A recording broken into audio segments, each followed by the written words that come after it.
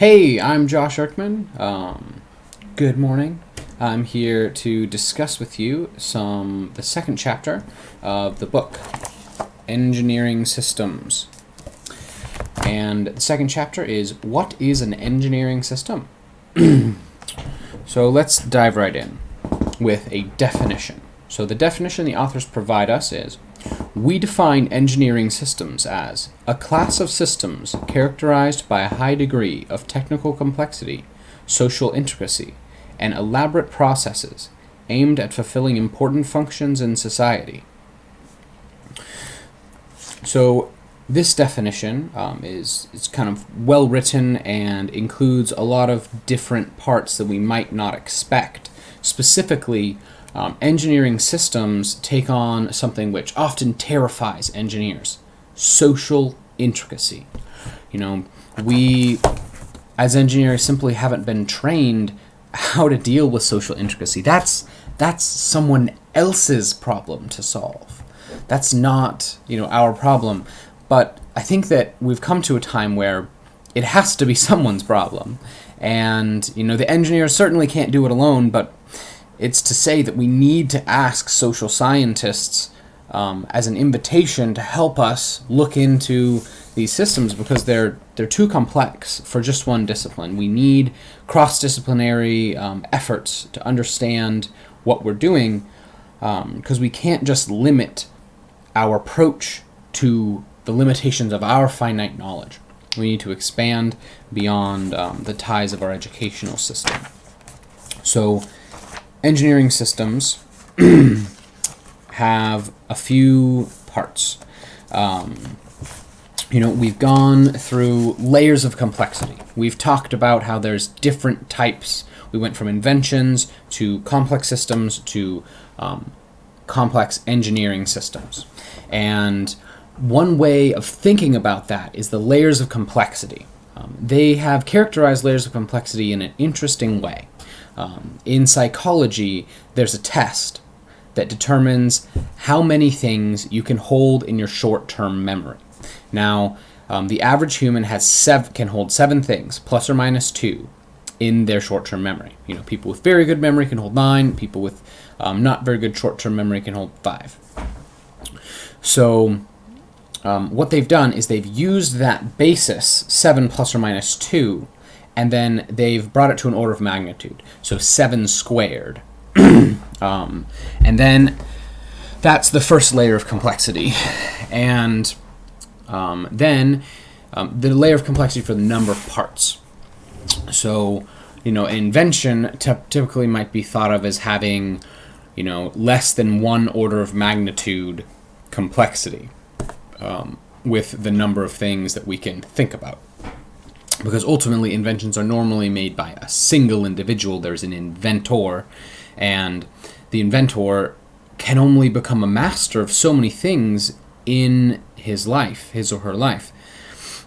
They're limited by literally the number of seconds they have on the world. So, 7 squared is... So 7 squared is the number of parts that might be in a watch. So we're talking about 100, 7 plus or minus 2. So I think the most complex original watches that were invented by an individual had around 100 to 160 parts. This was about the most that an individual can manage. So then from there, we talk about the next layer, which is the next order of magnitude, 7 cubed, and then after that, 7 to the 4th, 7 to the 5th, and with this methodology, we can quickly understand how things get more and more complex, and it's a useful benchmark for saying, how complex is this? We can say how many orders of magnitude of complexity it is based on the number of things we can remember. With these layers of complexity, we get, a team of engineers, or, a team of engineers and consultants, and then you have to have teams of teams with departments as we get more and more complex things. For instance, think producing the Boeing 747. So there's some characteristics of engineering systems I'd like to cover. So engineering systems exist in the real world. They have a true manifestation in the physical world. They have artifacts. So they are created by humans, and they don't necessarily exist completely without the natural world, but without human intervention, they would not exist in the natural world. They have dynamic properties, so they change with time. Engineering systems aren't these static things that we can just say, like, we've got it, understand. And they also have hybrid states. So, though they exist continuously and they have continuous properties, they may also have discrete properties, is that they do this certain thing at a certain time. And we have to have some human control over this in order to call it an engineering system, otherwise we wouldn't be able to engineer it. So in the final part of this chapter, they cover this idea of functional types of engineering systems. So when trying to understand an engineering system, we might ask ourselves, what is it for? What does it do? And they've created a 5x5 matrix with 2 different columns, which help us to really explain and evaluate any engineering system we might encounter. So it's based on the process that it uses to work with whatever it's working with. So there's the process and what it's being applied to. For instance, the 5 processes are transforming, transporting, storing, exchanging, and controlling. I'll give examples of those. And then the 5 things that it might be applied to is living organisms, matter, energy, information, and money. So, for instance, the United Federal Reserve is a system of control, a process of control for money. That's what it does. And looking at the World Wide Web is a system of information, right?